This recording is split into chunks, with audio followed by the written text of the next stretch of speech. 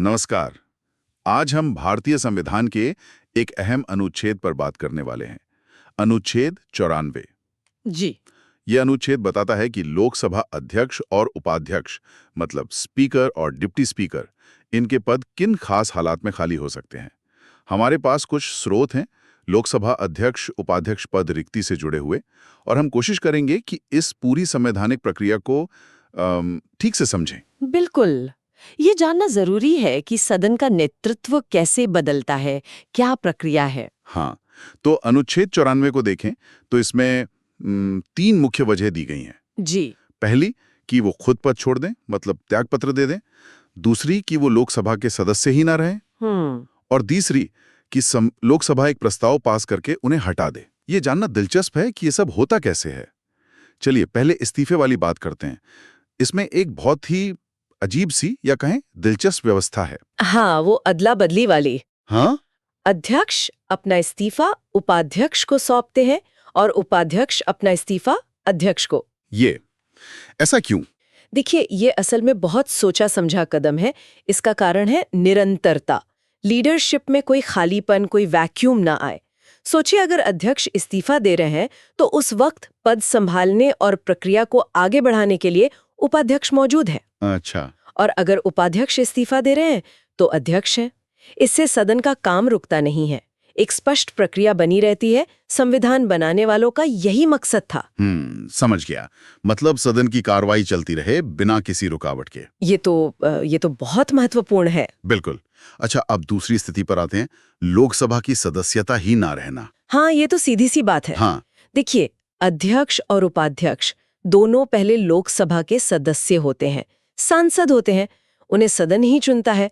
तो अगर कोई व्यक्ति किसी भी वजह से, मान लीजिए चुनाव हार गया या अयोग्य घोषित हो गया और वो सांसद नहीं रहा, तो प्रस्ताव पारित करके। जी। ये थोड़ी जटिल प्रक्रिया है। इसमें क्या खास है? इसमें खास ये है कि सिर्फ साधारण बहुमत मतलब सिंपल मेजॉरिटी काफी नहीं होती। अच्छा। अनुच्छेद 44 साफ कहता है कि इसके लिए लोकसभा के तत्कालीन समस्त सदस्यों के बहुमत से संकल्प पारित होना चाहिए। तत्कालीन समस्त सदस्यों का बहुमत। Majority of all the then members. हाँ, और एक और बात, ऐसा कोई प्रस्ताव लाने से कम 14 दिन पहले नोटिस देना भी जरूरी है। तो ये जो तत्कालीन समस्त सदस्यों का बहुमत है, इसका ठीक मतलब क्या हुआ, और ये सामान्य बहुमत से अलग क्यों?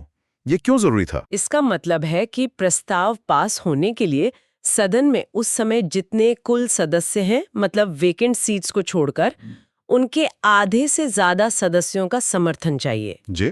ये सिर्फ उपस्थित और वोट करने वालों का बहुमत नहीं है, बल्कि कुल सदस्यों का बहुमत है। ओह, तो ये तो काफी ऊंची सीमा हो गई। जी हाँ, और ये इसलिए रखी गई है ताकि स्पीकर या डिप्टी स्पीकर जैसे महत्वपूर्ण संवैधानिक पदों को हल्के में ना लिया जा सके, या सिर्फ राजनीतिक खींचतान की वजह से आसानी से हटाया ना जा सके। ये पद की गरिमा और स्थिरता दोनों को बनाए रखता है। एक तरह से ये लोकतांत्रिक जवाबदेही और प्रक्रियात्मक सुरक्षा के बीच एक संतुलन साधने की कोशिश है। ये तो वाकई काफी गहराई से सोचा गया है। क्या संविधान सभा में इस पर काफी बहस हुई थी? हाँ, बिल्कुल। संविधान सभा में इस पर विचार हुआ था।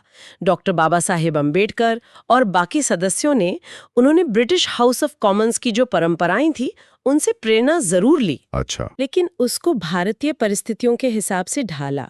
मुख्य लक्ष्य यही था कि प्रक्रिया एकदम स्पष्ट हो, निष्पक्ष हो और सदन की स्वतंत्रता, उसकी आजादी बनी रहे। वो जो 14 दिन की पूर्व सूचना वाली शर्त है ना, हाँ। वो भी इसीलिए है ताकि जिस व्यक्ति के खिलाफ प्रस्ताव है उसे अपना पक्ष रखने का पूरा मौका मिले और सदस्य भी सोच समझकर फैसला ले सकें, जल्दबाजी ना हो। तो अगर आज के समय में देखें, मान लीजिए जो वर्तमान लोकसभा अध्यक्ष हैं श्री ओम बिरला जी, अगर वो इस्तीफा देना चाहें तो वो इसी प्रक्रिया के तहत उपाध्यक्ष को देंगे। बिल्कुल। और अगर भगवान न करे उन्हें हटाने का कोई प्रस्ताव आता है तो उस पर यही वाली शर्त लागू होगी, तत्कालीन समस्त सदस्यों का बहुमत। जी, बिल्कुल सही। ये प्रावधान आज भी उतने ही प्रासंगिक है, उतने ही महत्वपूर्ण है। हमारे संसदीय लोकतंत्र को मजबूती देने के लिए ये जरूरी है। और सुप्रीम कोर्ट ने भी कई मामलों में इन प्रक्रियाओं के संवैधानिक महत्व को माना है। ये सुनिश्चित करता है कि नेतृत्व में कोई भी बदलाव नियमों के दायरे में हो और लोकसभा अपना काम बिना किसी बड़ी अड़चन के करती रहे।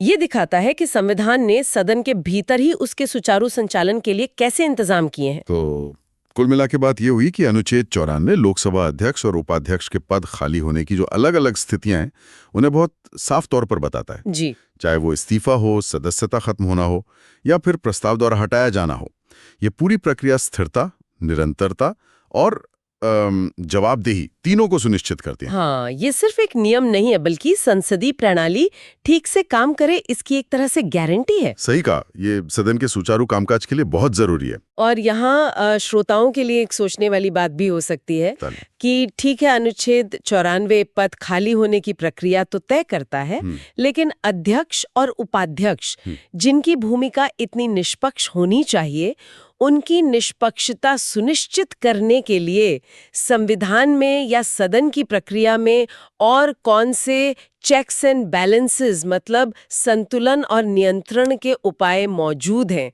क्योंकि ये भूमिकाएं सदन के संचालन के लिए बहुत ही केंद्रीय हैं। बिल्कुल, एक बहुत महत्वपूर्ण सवाल। इसी विचार के साथ आज की चर्चा यहीं समाप्त करते हैं।